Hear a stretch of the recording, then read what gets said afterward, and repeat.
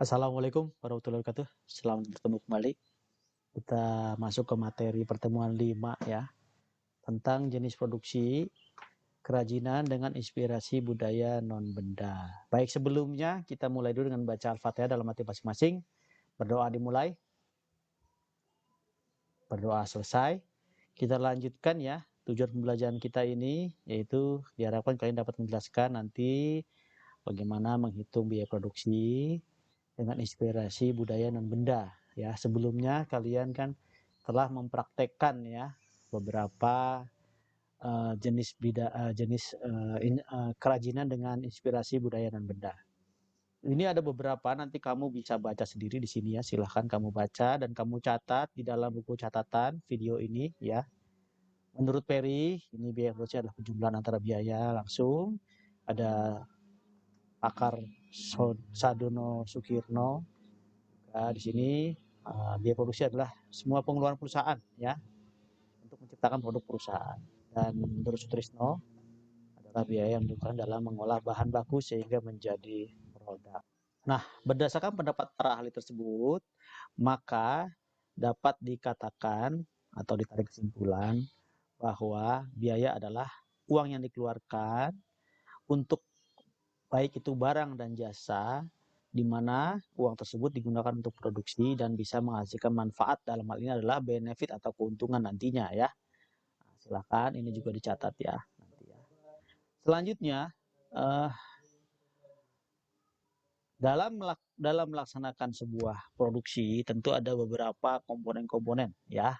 Di sini ada komponen-komponen, di sini ada catatannya. Silakan nanti kamu perhatikan ya, di pause videonya dan kamu bisa catat ya apa yang ada di sini. Bapak hanya menjelaskan ya. Ini jenis-jenisnya ada satu biaya fixed cost, ada variable cost, ada total cost, ada average cost, dan ada marginal cost. Ya, secara detail kamu bisa baca ya di sini ya. Di sini Bapak akan menjelaskan setiap jenis biaya produksi tersebut ya. Yang pertama ada fixed cost. Fixed cost ini adalah biaya yang tetap, tidak dipengaruhi oleh banyaknya produksi ya. Misalnya contoh ya, kamu menyewa rumah atau menyewa gedung atau menyewa gudang ya, mau keluar masuk barang sedikit atau banyak itu sama saja, itu berarti termasuk fixed cost. Atau misalnya kamu menyewa sebuah mesin ya, atau membeli suatu mesin, mau banyak atau sedikit produksinya, mesinnya tidak berubah ya, tetap, itu berarti fixed cost ya, artinya biaya yang tetap. Sewa rumah biaya tetap, tapi kalau listrik enggak ya, listrik bukan termasuk karena dia kalau makin banyak produksi mungkin biaya listrik akan meningkat, berarti itu tidak termasuk. Jadi ada biaya yang tetap ya, misalnya tadi ya, biaya membangun gedung atau mengadakan gedung ya, biaya untuk membeli mesin ya, atau menyewa mesin, itu tetap tidak dipengaruhi banyak atau sedikitnya produksi yang kita buat, nilainya atau biayanya tetap. Yang kedua ada variable cost. Nah, variable cost ini adalah atau VC ya, ini ada kali ya di sini.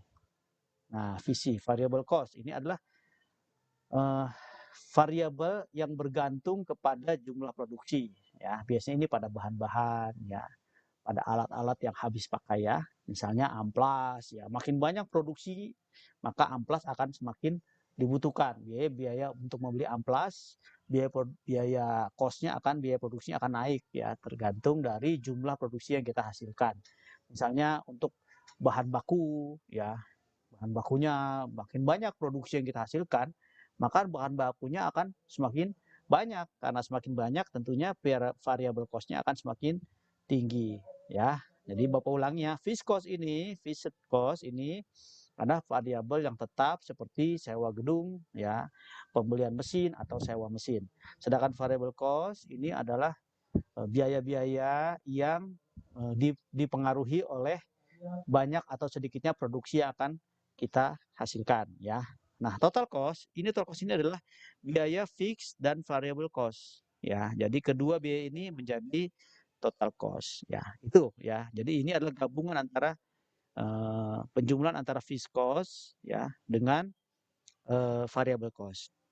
Selanjutnya average cost. Average cost itu adalah rata-rata pengeluaran. Biasanya ini ditentukan oleh waktu ya. Misalnya kamu ingin membuat sebuah produksi per bulan. Berarti dalam 1 bulan berapa biaya rata-ratanya? Ya, dalam setahun.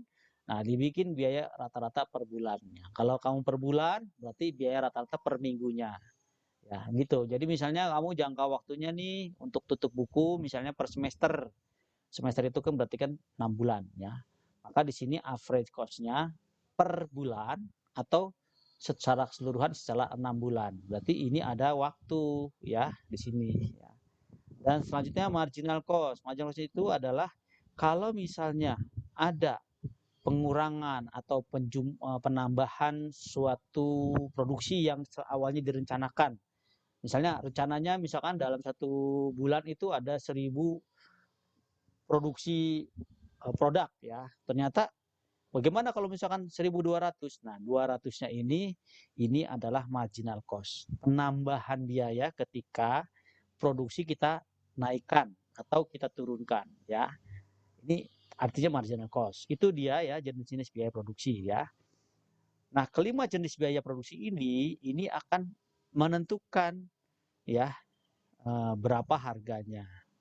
Artinya tujuan dari mengetahui biaya produksi itu adalah untuk mengetahui harga jualnya ya, gitu ya. Selanjutnya ada kita masuk ke break even point. Ya, break even point ini ya, apa itu break even point? Silakan dibaca. Oh ya, lupa Bapak. Ini sudah ada di sini, kamu tinggal untuk jelasnya bisa kamu catat nanti di sini ya. Penjelasan detailnya dicatat aja di sini. Ya. Udah Bapak jelaskan ya. Selanjutnya Bapak akan jelaskan tentang break even point. Silahkan dibaca penjelasan detailnya di sini ya.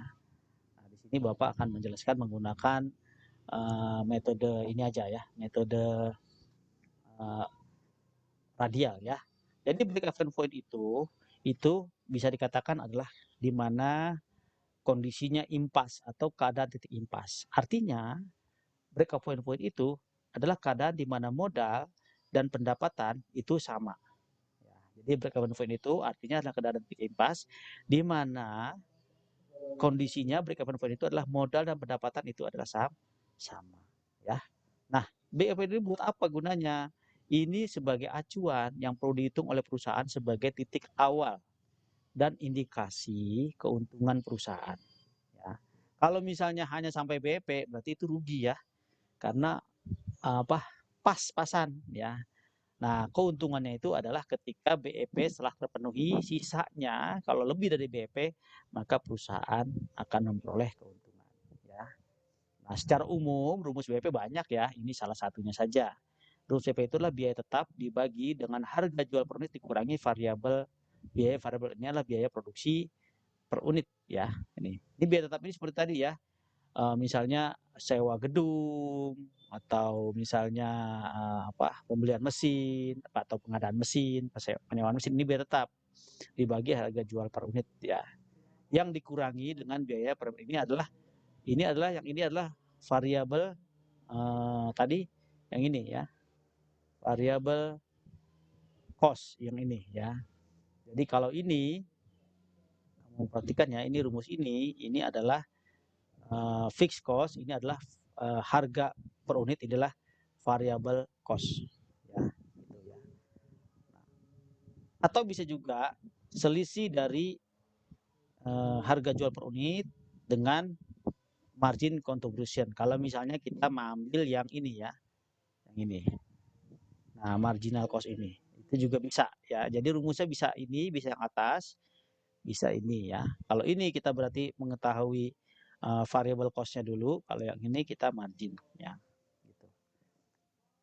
Kalau dalam mata uang juga bisa ya. Jadi dalam mata uang seperti ini ya rumusnya. Baik, nah itu ya kira-kira penjelasan secara singkat yang bisa Bapak berikan. Silakan nanti kamu baca dan kamu boleh mengambil sumber-sumber lain ya selain video tutorial ini atau video pembelajaran ini kamu bisa mengambil sumber-sumber lain. Nah, sekarang untuk itu setelah kamu mencatat nanti apa yang sudah Bapak sampaikan ini, silakan nanti kamu kerjakan ini di buku catatan kamu masing-masing. Demikian ya, mungkin itu penjelasan yang bisa Bapak sampaikan. Semangat terus, selamat belajar. Assalamualaikum warahmatullahi wabarakatuh.